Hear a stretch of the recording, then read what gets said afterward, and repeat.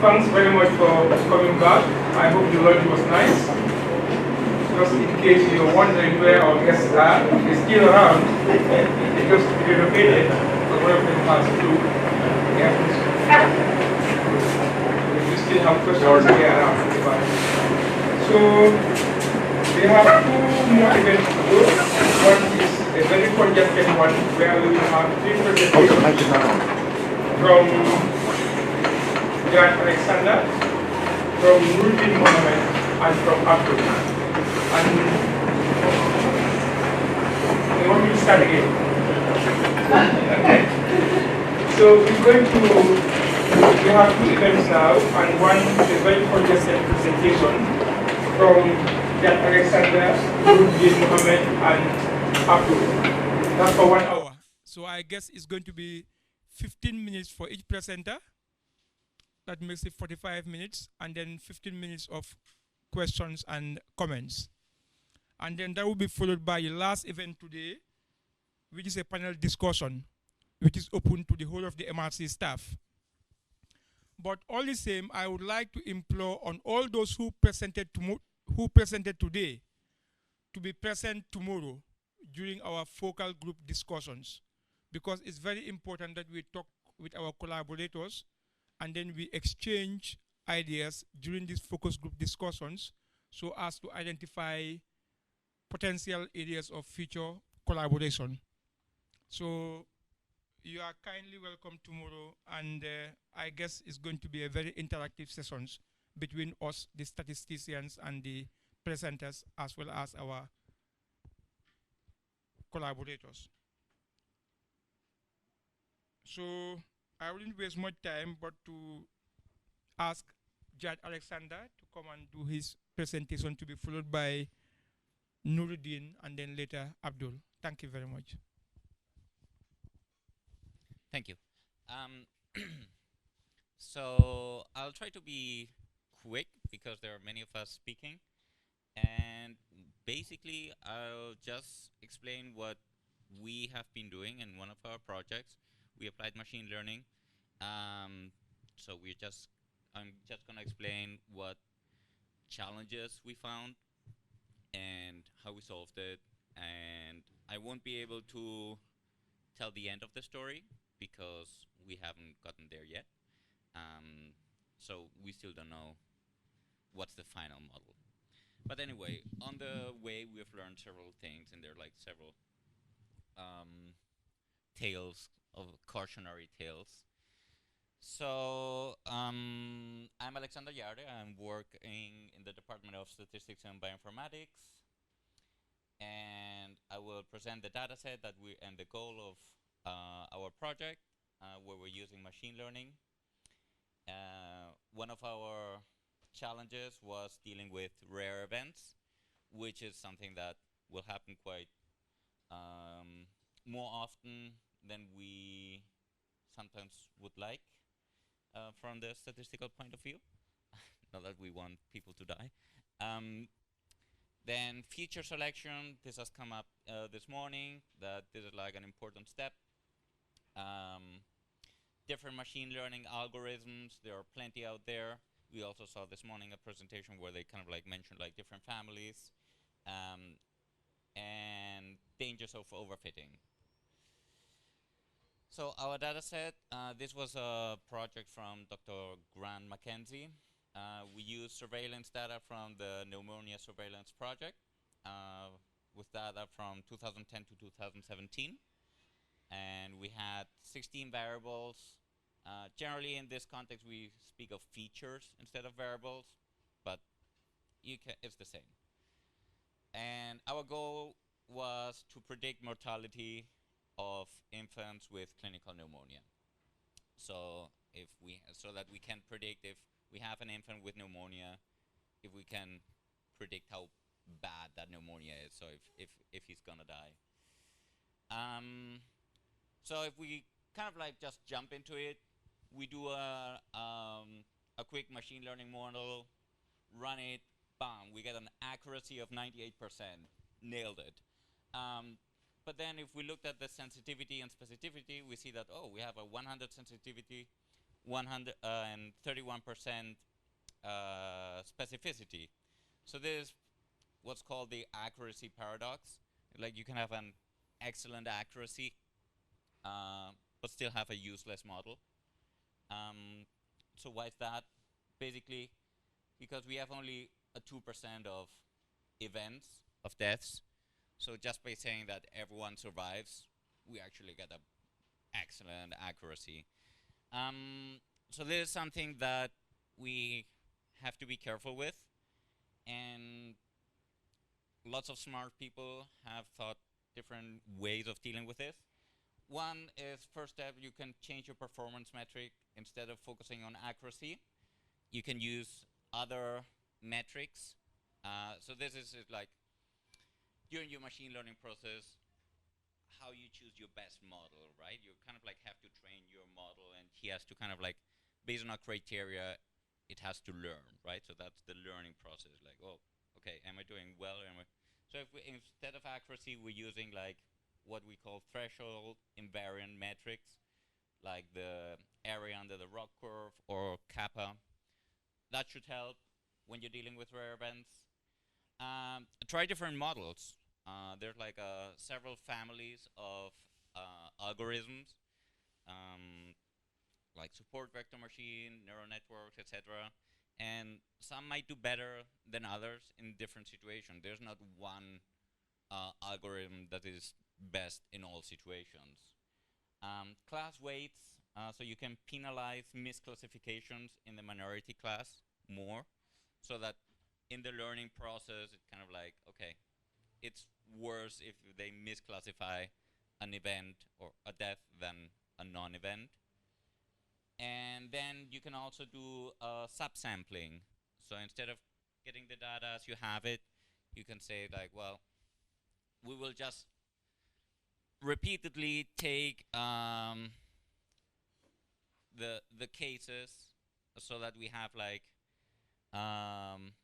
more cases than we originally had. Or you can downsample, you can just like take less of the non-dying one, so that it's more like 50-50, you know? So it's not like 2% of your data is like events, so you make it up so that it's more even, right? Or you can use a hybrid method, which then would just like downsample the non-events and upsample the events with some synthetic samples in there. I won't go into details, but just like different strategies. So what we did in our case, we said like, oh, let's go all out. So we changed our metric to the area until the ROC curve. It's a bit more more complicated than that, but let's leave it there. We said it's like, well, we'll run like 4 different models. We run support vector machines, neural network, random forests, and logistic regression. And we will use a hybrid subsampling method called rows. So I won't go into detail there. I don't think that's important right now. Regarding feature selection, we had a relatively low number of features / variables, independent variables. We only had 16, some compared to other machine learning problems where you are like in the hundreds or thousands. This is pretty small. And as it has been mentioned before, selecting what variables to include in a model is a key step.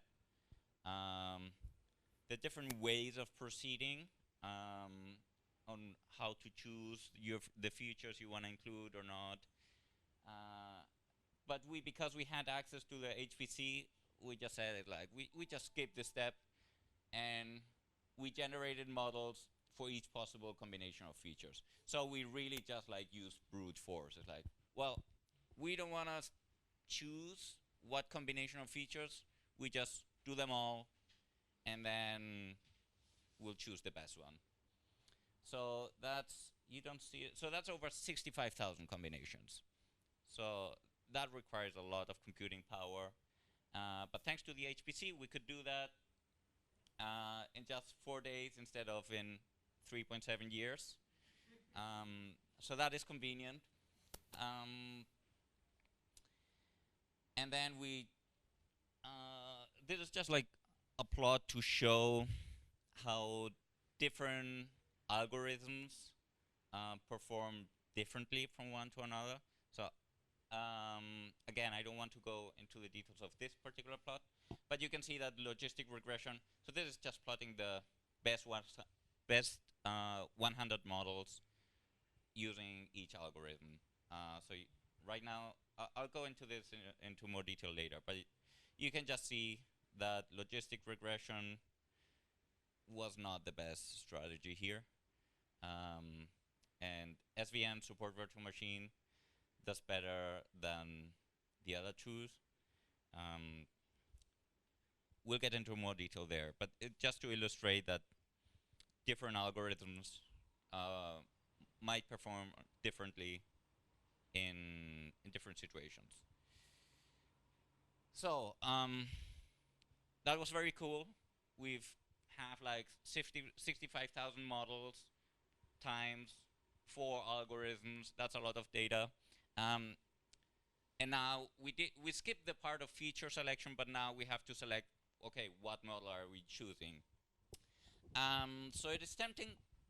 Let me just show. We made this little app to kind of like help us make this decision. It's like, well, there's a lot of information here. So we made this little app. Let me just guide you through it. Here we have each of these points is a model that we generated. Okay?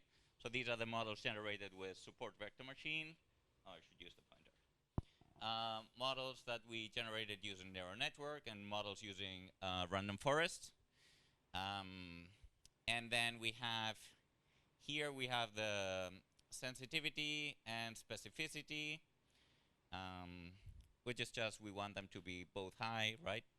And this is just like the same, but we have the specificity here, and here we have the number of features, because this will be important later.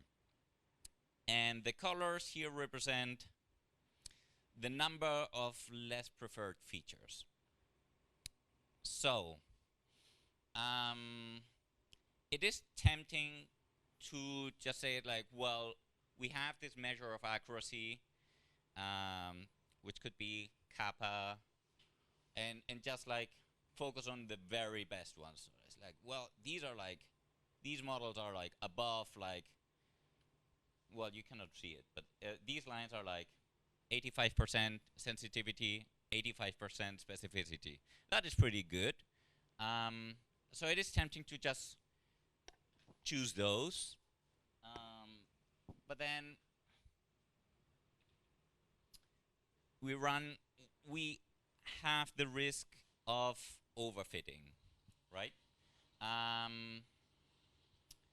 So overfitting happens when our model captures the noise along the underlying pattern. So if our model is super specialized in our data, then it might not generalize well. So in our case, we want our model to be used in other populations as well. So I don't know, in South Africa and other sub-Saharan countries. So if we have a model that is too specialized to our particular population, it will not generalize well.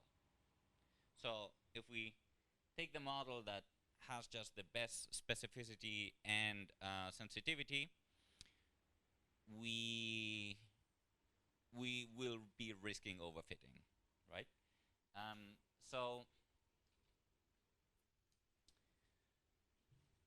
you have to find the balance.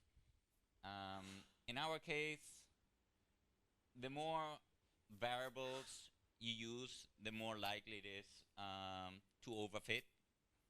And also, depending on how subjective, how unreliable those variables will be, the less likely it will generalize, right? So if you have a variable that you're collecting that is very subjective, that might be measured differently in a different setting, then it's unlikely that our model will be applicable or will perform as well. So for that, we kind of like, I sat down with Grant and we looked at the variables and asked him, okay, which of these variables are like more objective and which ones are like more subjective. So we classified them into the good ones and the less ideal ones. So going back to the little app, well, let's just, yeah, I have some screenshots. So you can say like, well, let's optimize for performance, okay? So these are the ones that I was mentioning before. Our metric is like this distance to 1, 1. And we have like these two models. So that would be one option. Another option is like, well, let's get the ones that have the less number of features. So, well, we have 3 models that only use 2 features. And they're still doing pretty good, eh? In our data, this is like a sensitivity of 82%, specificity of 80%. That is quite good. We could also say like, no, we just want the ones models with no of these subjective variables to make it like really robust. So we also have some of those that are doing pretty well. So both in SVM and using a random forest. In the end, what we will probably have to do is find a balance between being like quite accurate, quite good performance, a relatively low number of features, and just very few of these less preferred features. So which one is it? Well, we don't know yet, because we are at that stage. We have to kind of like sit down. I have to sit down with Grant. We have to make a decision. And what we will do is we will test this model with new data that has not been used, that we've kept kind of like separate, to just validate, well, how good is this model with new data? All right.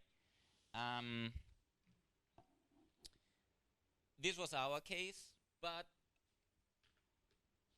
this is because we are interested in generalize this model.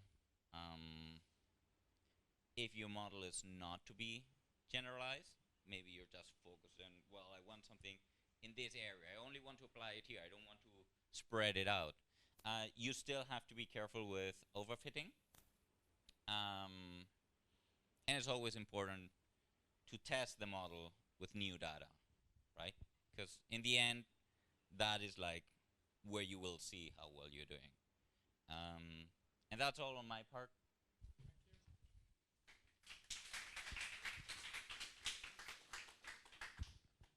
Do you want us to wait until they finish their 3 presentations so that we can do the 15 minutes questioning? You won't mind? Or you think you will forget? No, I Okay. I can wait for it. All right. So Abdul or Nuruddin is next.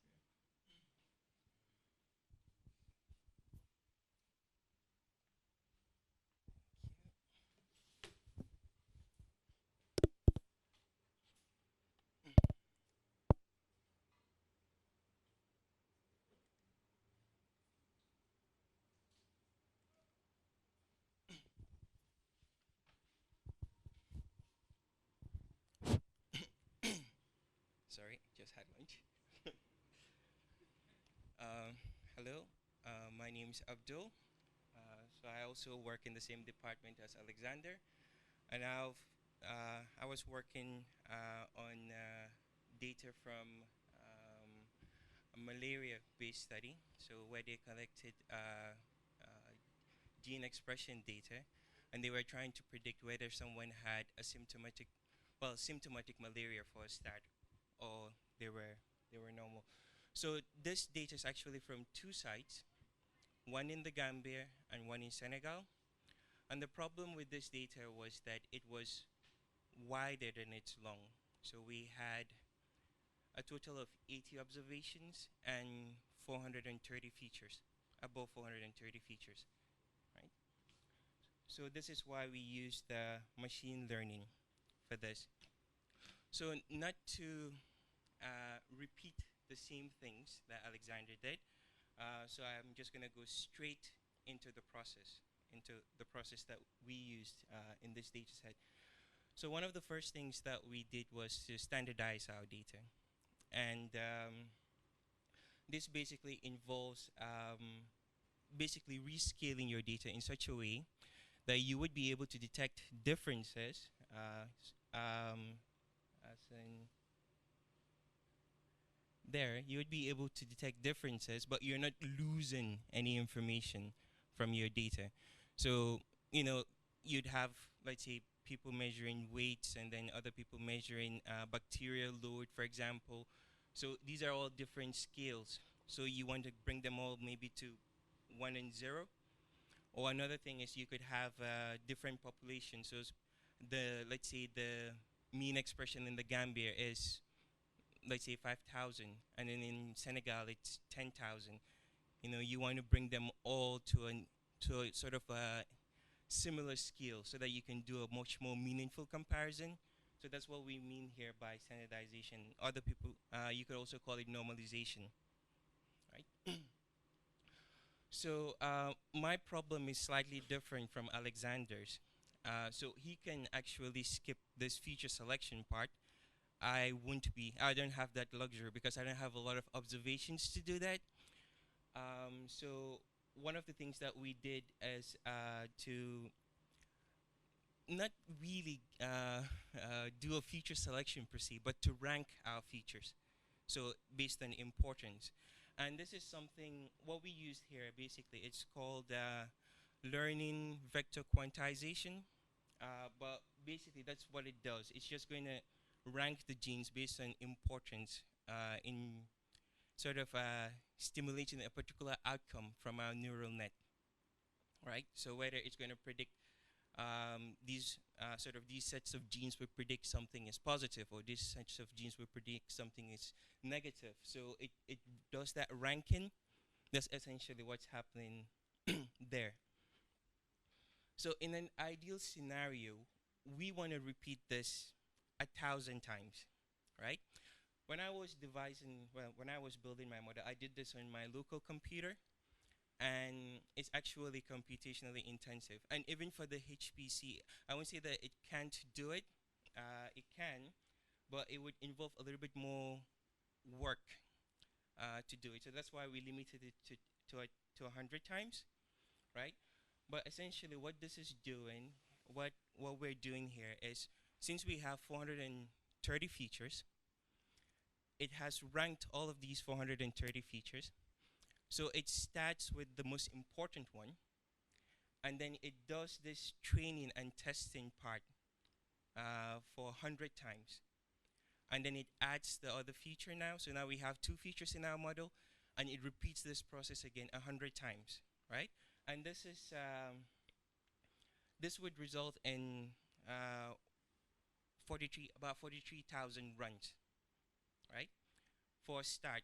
And then you have to repeat that whole process again another 100 times. And that's why we have about a total of 4.3 million runs, right? This is essentially what we're trying to do. Well, what I was trying to do on my local computer. And that won't work, right? So, okay, that's just to show that even with this, I mean, even getting the model at the end of the day, that's just the beginning of it. And I would reiterate that as we go further. So that's my computer. It has 8 CPUs, 16 gigabyte RAMs. It takes approximately 1 minute for it to do 4 runs, and we need to do 4.3 million of them, right? And so I just gave an estimate on the 43,000 runs. It would take a week to do, and that's using all of these 8 CPUs, right? And with this, it might not actually take a week. It might take longer, because at some point you might get disk swapping and crashes. So it's not going to work on a local computer. And this is a relatively simple task. There are tasks that could take more than a year. I mean, if we were to do this for the 4.3 million runs, it would take, I think it would take almost 2 years to run it on my local computer. So now comes the HPC. So before I had 8 CPUs at my disposal. Here you have above 300. And in each node you have 125 gigabyte worth of RAM. And these are just the standard nodes. We have a GPU node and a big memory node, but it wasn't required for this, right? But even with this availability of resources, you'd have to be smart in the way you program. When I first ran this on the HPC, you know, you're starting with 8 CPUs, and now you have 300 CPUs above you. So I got over enthusiastic, and I wasn't very efficient in my programming, and it took too long, so I had to restart it, you know, and program a bit more efficiently. So one of the nice things about the HPC is you can do this. You can parallelize your work, right? And for that 4.3 million runs, it took 20 hours to do it, approximately 20 hours. But one of the funny things about it is that for an individual process, it might actually run a lot faster on your local computer than the HPC, right? So this is just an example. So you could have something run for a program that could run for 60 minutes on your local computer, but on the HPC it would actually take 90 minutes if you don't parallelize. See? But the nice thing about parallelization is that, let's say, for example, you want to do 1,000 runs of that. I mean, if it's possible, you could run all these 1,000 runs in 90 minutes, just that 90 minutes, maybe 95 minutes for it to compile a few things. See? That's the advantage of parallelization, and that's the advantage of having the HPC to do this kind of work. So back to the question at hand. We're trying to use the resources available to us to find out whether someone is symptomatic of malaria or not, right? So from a stats background, classic methods, logistic regression, you're doing a classification, right? But there's a problem with this approach, right? I mean, even though it's relatively easy to understand, it's totally inadequate for this kind of problem because your data is wider than it's long, for one. So building a model in this scenario, we would usually use a stepwise approach, so where you have all of your features in the model, and then you start removing the ones that aren't important, or you start off with no features in your model, and you start adding them in based on importance, right? But since we have, so 40 observations is just from Senegal. We only had 20, really, we only had 28 in the Gambia. But just adding 2 features into your model, after that, your model, you shouldn't add more. You can, but you shouldn't add more, because then it would violate one of the assumptions that you're making when you're using logistic regression, that the ratio of your cases to the number of variables or the number of features you have in your model should be approximately, I mean, you could say 15, but the advice is 20, right? So, and even if you decide to force it into the model, it usually crashes around after you've added about 8 genes, right? So in terms of logistic regression, this won't work for this kind of data. Now comes machine learning, right? So there are several different methods. I mean, Alexander mentioned a few. And we're using mostly supervised learning, specifically a neural network. And the advantage of this is that it's actually designed to work for this kind of data, you know, wide data and few observations, right? But as Alexander mentioned before, there's always a fitting issue, right? And I'll illustrate this in the next slide. If it works, it doesn't work. No, just one sec.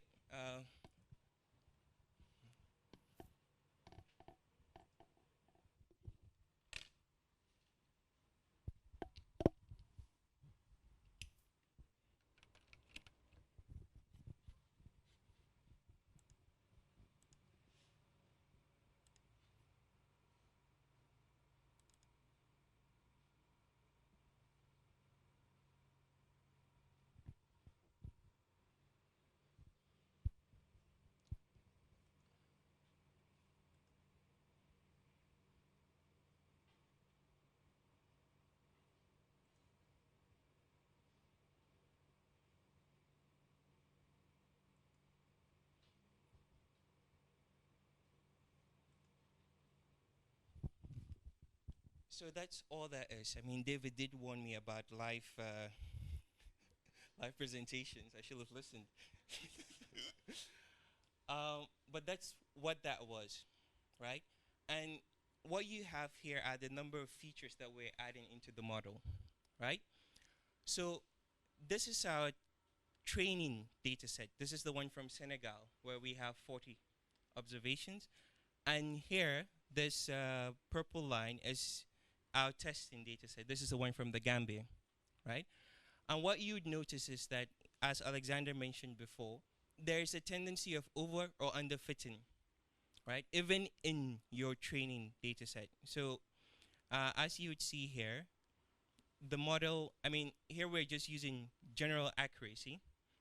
Problem slightly different from Alexander's, right?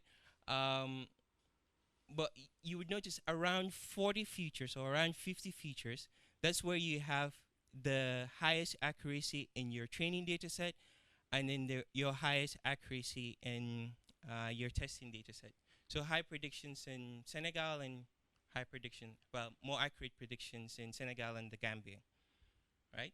But then adding more features doesn't make it better. See, after a while, you're just adding more noise into your model, right?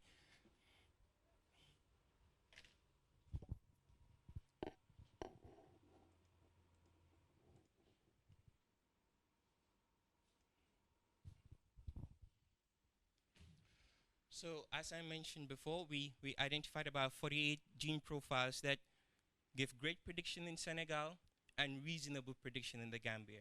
Could this be improved? We think so, but not with the data that we currently have. So the owner, Alfred, he's trying to think of getting more data to test this model with at the moment. Essentially, he's trying to use this as a pilot for something larger, hopefully, right?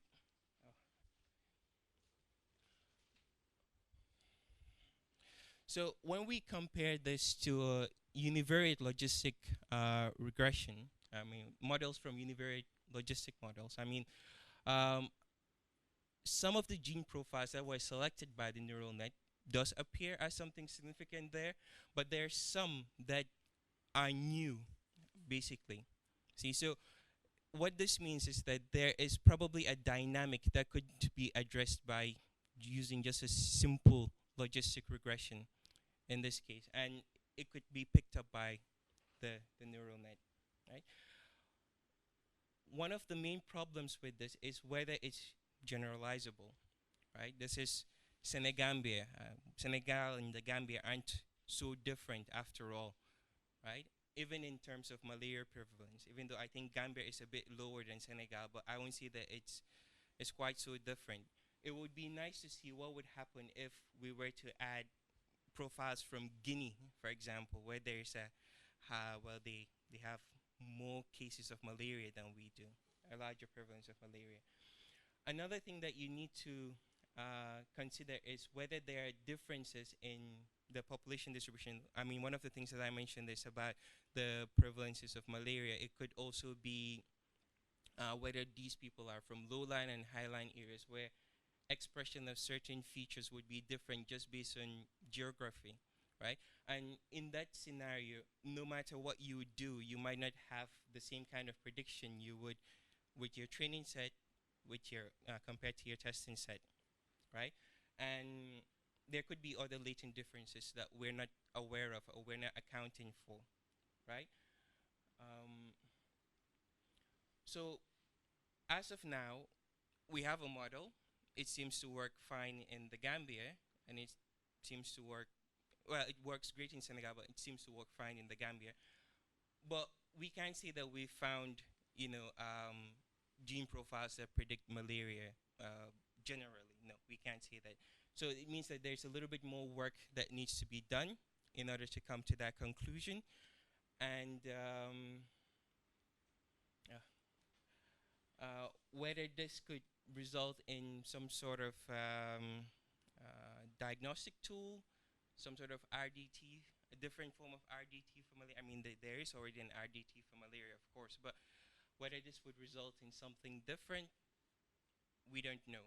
right? But the idea is, in such a scenario, classic statistics methods won't work, but we're using a merge between the two to make a more informed decision on what we're finding, right?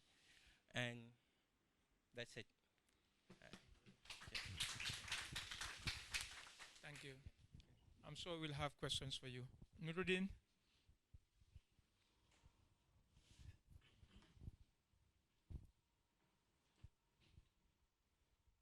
Okay, Badu is already looking at his watch.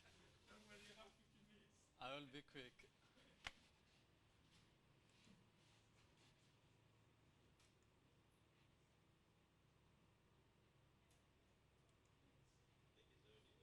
Oh,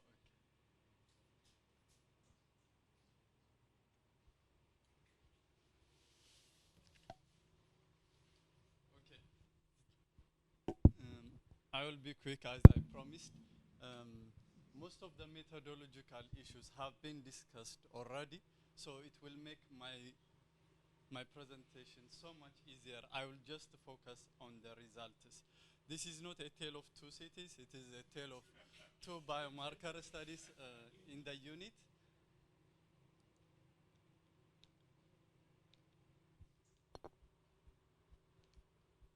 Okay. Biomarkers can be exciting or maybe the opposite, if depending on which side you are standing. Some people say they are hopeless, some people say they are very hopeful, they have potential to predict diseases. But we have seen the presentation this morning from David, how much of it is being translated into actual practice. That is really, when you see that, it's a bit daunting. But using these two examples, I will try to show both sides.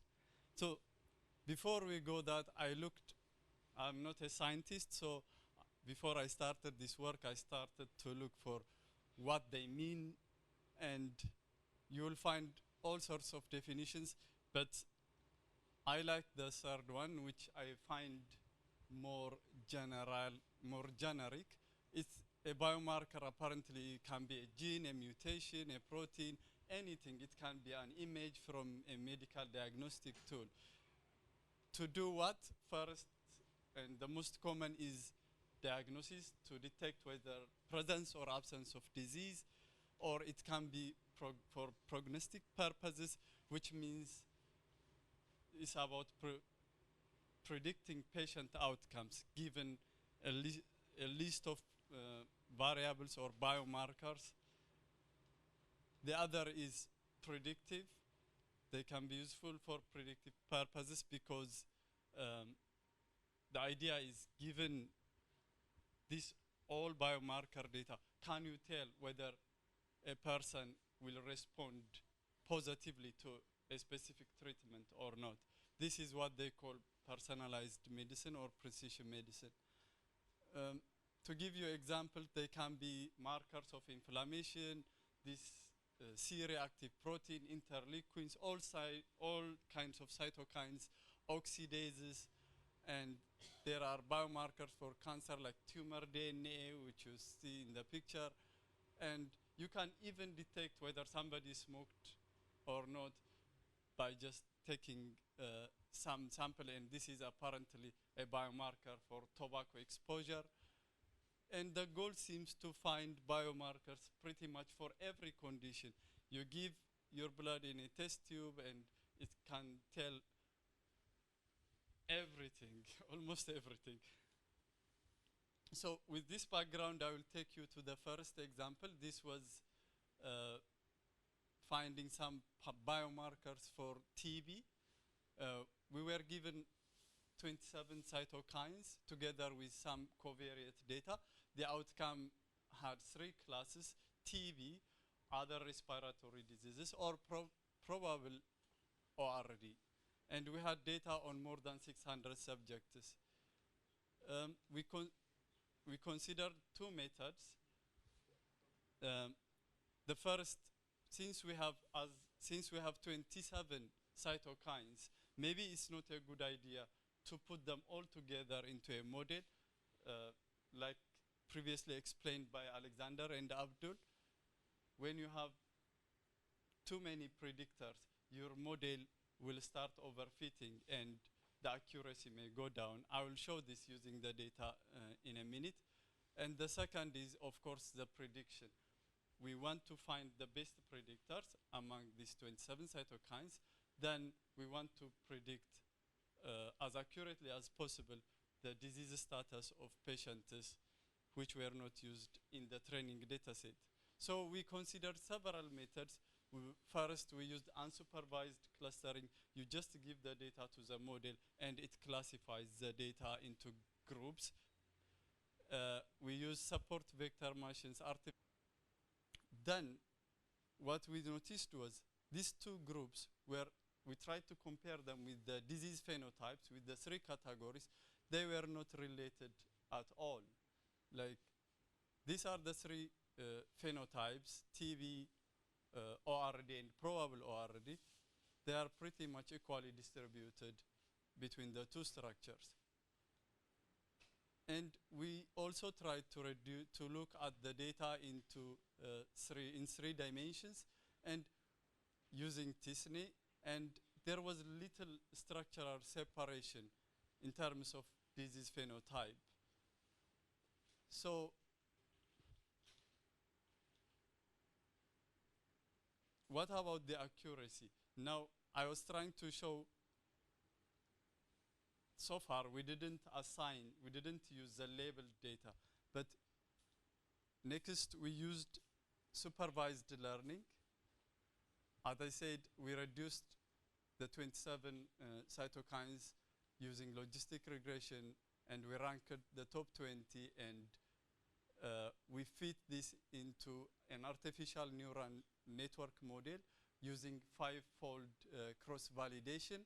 And since the number of predictors is important, we tried to select the best combination of features by selecting, for example, what will happen to the accuracy or to the prediction accuracy if we used just a single biomarker, or 2, or 3, or 5, and so on, or all 16 at a time. What will happen to the prediction accuracy?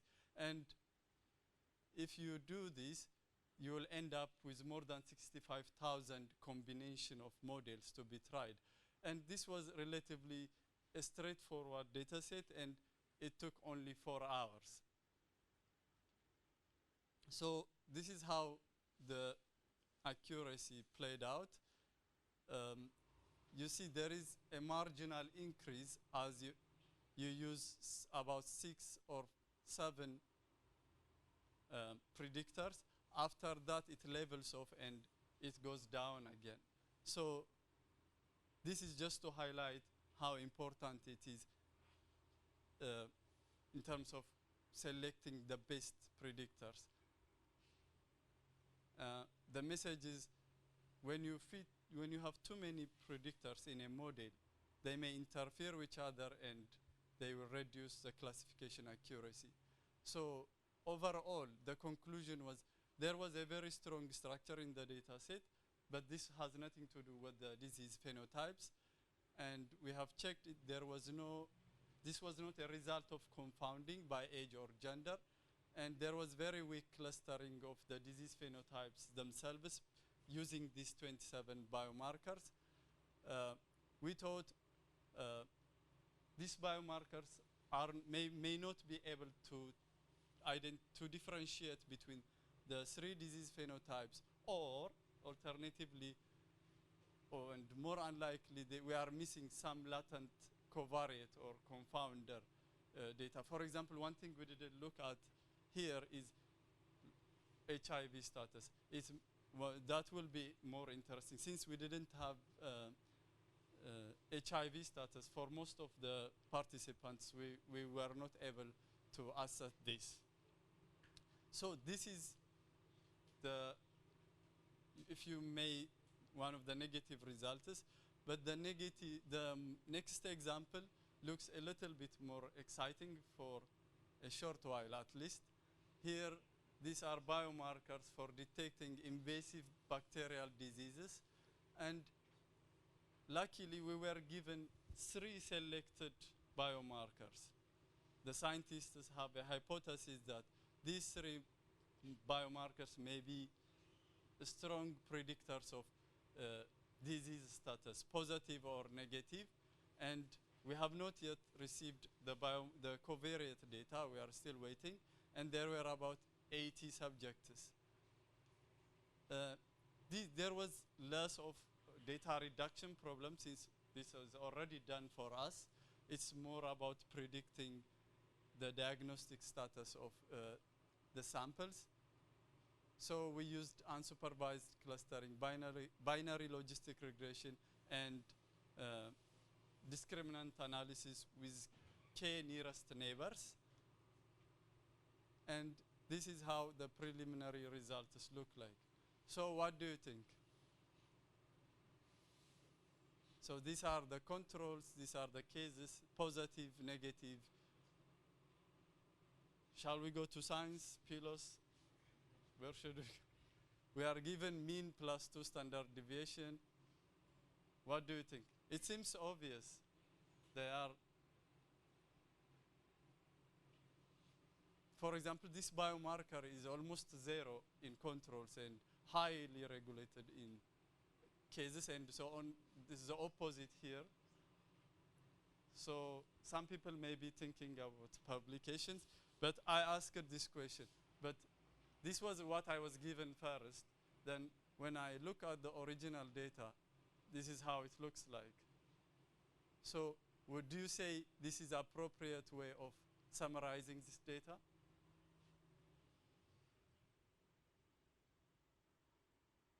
I wouldn't say so, because this is a skewed data. So if you summarize it using mean and standard deviation, you are going to get another skewed conclusion.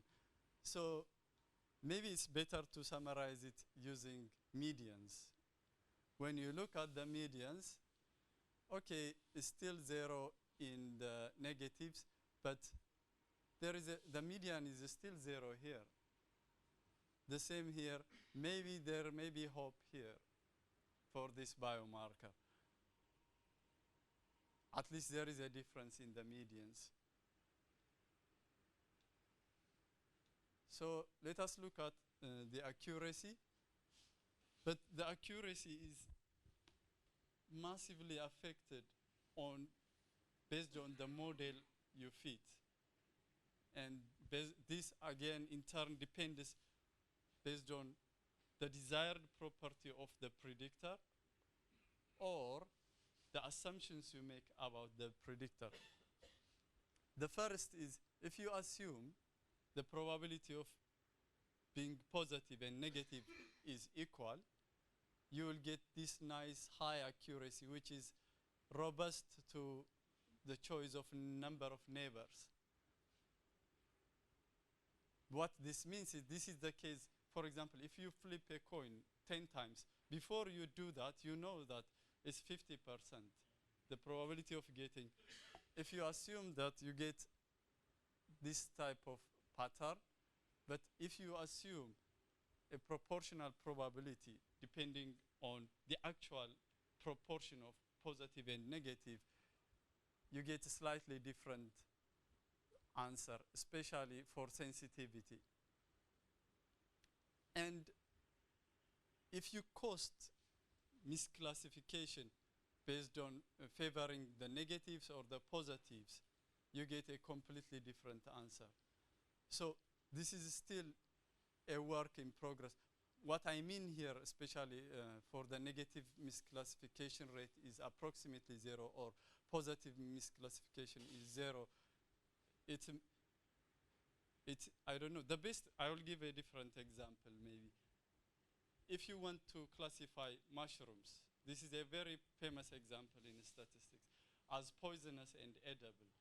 If you have features of mushrooms, if you are given different features of mushrooms, then you don't want to take the risk of misclassifying a poisonous mushroom as edible. But you may be a bit relaxed about misclassifying an edible as poisonous. So this is what it means. So we need to discuss about which assumption is more plausible or more desirable for this disease condition. This is still an ongoing work. We need to consider confounding, and we are expecting to get more covariate data. With this, I will stop here. Thank you. Thank you very much, Nuruddin. I think we'll take 3 comments from the floor before we have the panel discussion to follow. Anna? Oh, Anna is gone. Okay. Okay, thank you to the 3 speakers. I have, I have a comment about the 3. So the first one, Alexander, about the sensitivity and specificity. So you're talking about the prognosis of different signs and symptoms, right?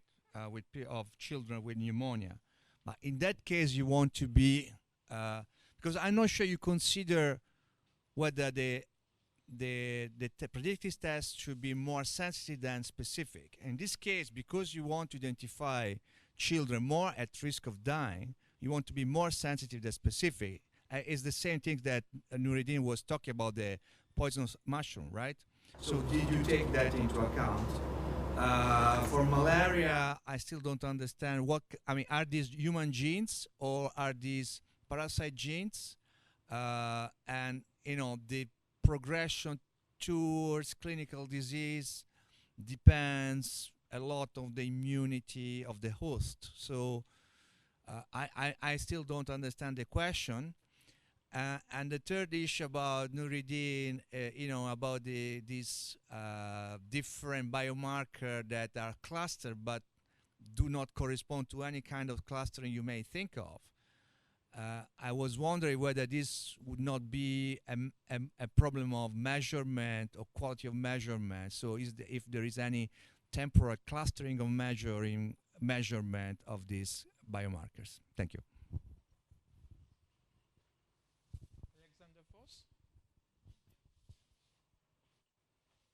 Well, very quickly, yes, that's something we will have to take into account when we decide on which one to take. Nuruddin, you want to respond?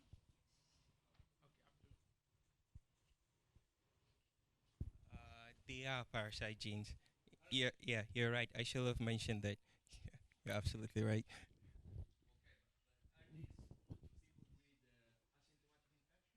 So they're both. So in the Gambia, we had people who were symptomatic and asymptomatic, but in Senegal, we only had people who were symptomatic. So we were training on symptomatic people and testing it on symptomatic people in the Gambia. Yeah. Was there a third question?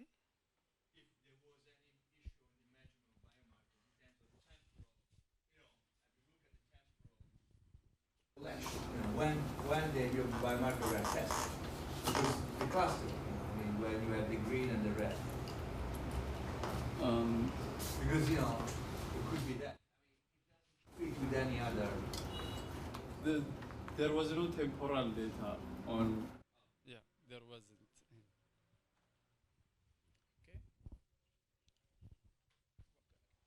Okay. Thank you for the nice presentation. Now, the first presenter was Alex, right?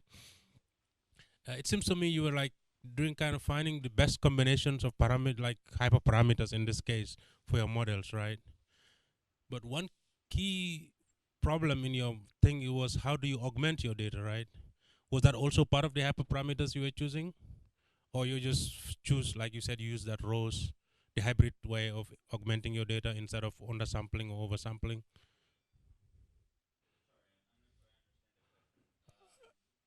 You were trying to choose different parameter combinations, right? But like I said, this is after you have decided on which way to augment your data, right? Okay, so but then your results might depend on how you augmented your data.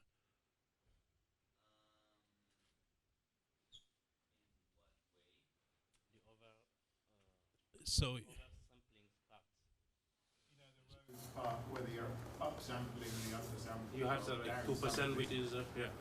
Oh, that it might depend not on the feature combination, Yeah. but on the on the sampling. Yes. That's my point. Because we consider that, so I think we applied the same. Yes, we did the same upsampling and resampling with the same seed for each feature combination. Okay. So you kind of fix the sampling. You just do one sampling and then feed that into different kinds of combinations, right? I'm not sure, but I'm just saying you should be aware that this might contribute towards your results, the way you sample. Okay. Go into the detail there. Okay.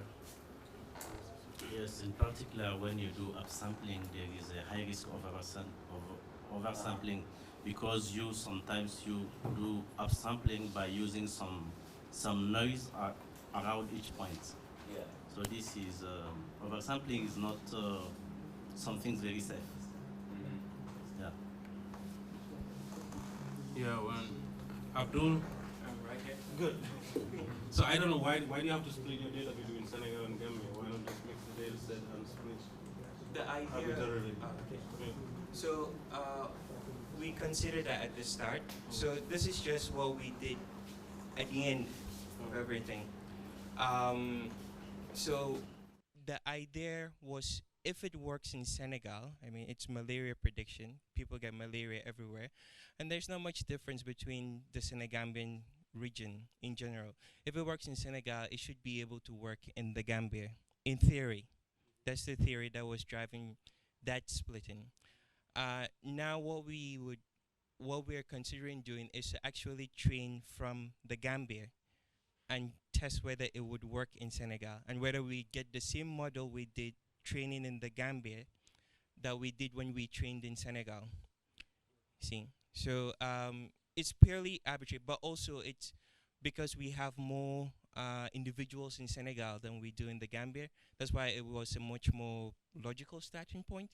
That's why.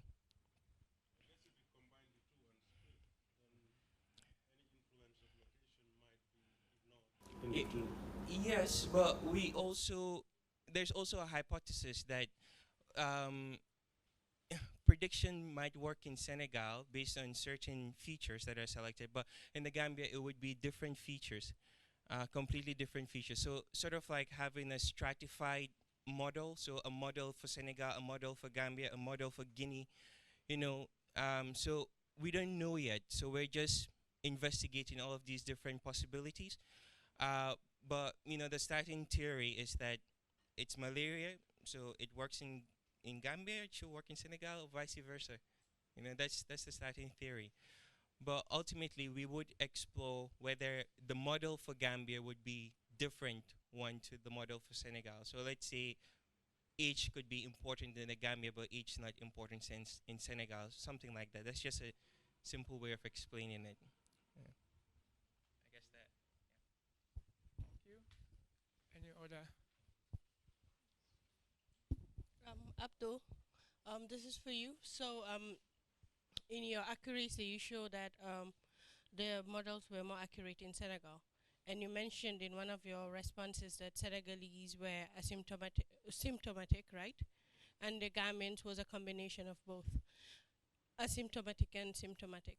So have you considered the fact that the lower accuracy in Gambia is probably because of the asymptomatic patients, they influencing the accuracy? Have you just looked at the symptomatic patients?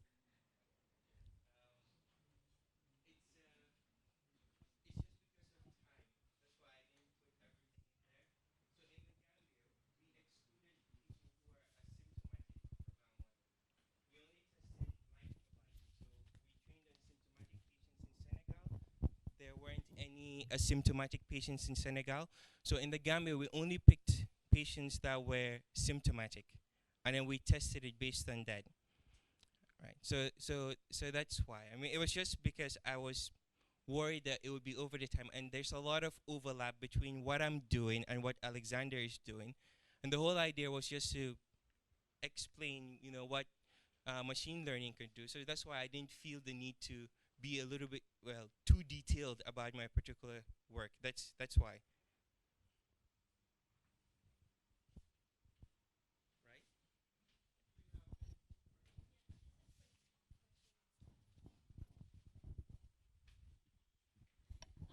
My question is on the feature selection for the predictors and how you rank based on importance. So is it based on biological importance? Is it based on p-values or effect sizes? How do you determine that?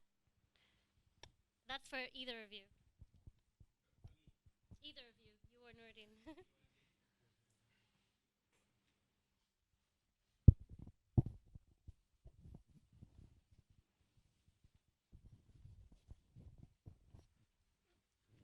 If you as you have noticed, when we deal with machine learning problems, we tend to investigate several methods for the same purpose.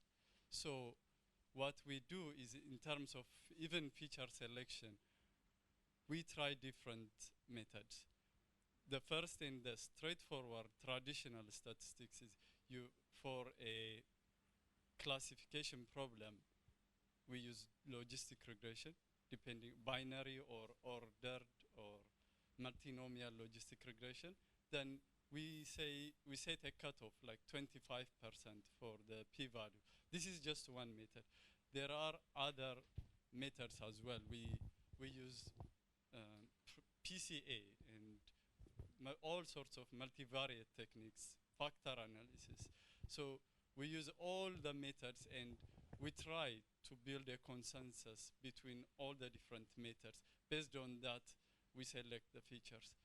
In the last example I presented for the neural network, back then we didn't have the HPC running, so we for the first unstructured learning, we selected 20 biomarkers, but when we fit neural network, because of computation issue, we selected the top 16. So it's depending on the situation.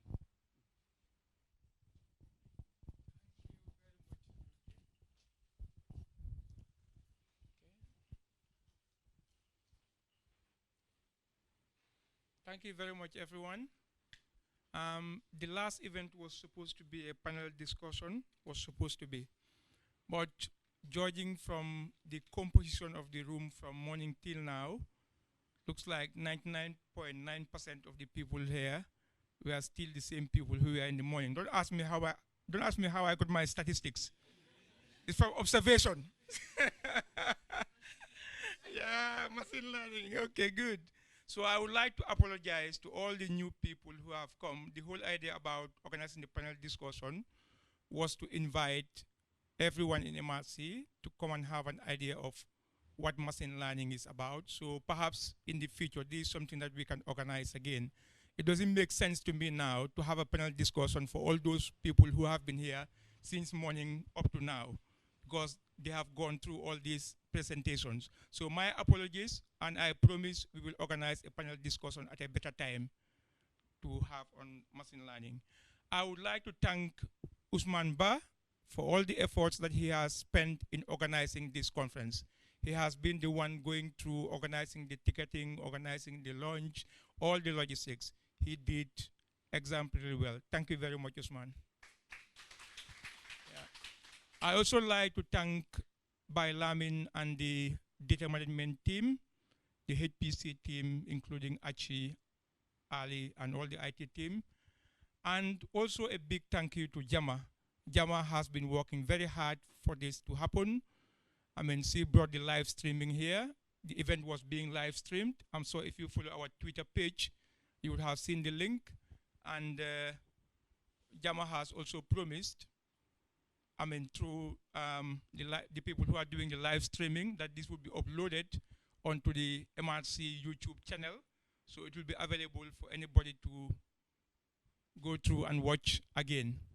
So just like to remind you that tomorrow we're having another session, which is going to be more or less like a brainstorming session, whereby all those who presented today will meet together and brainstorm on how to move, what's the way forward, how do we build collaborations into this, and how do we tap or leverage into the usefulness of machine learning. So I would like to implore on every one of you to be present tomorrow so that we can chart our way forward. Thank you very much for coming, and see you tomorrow.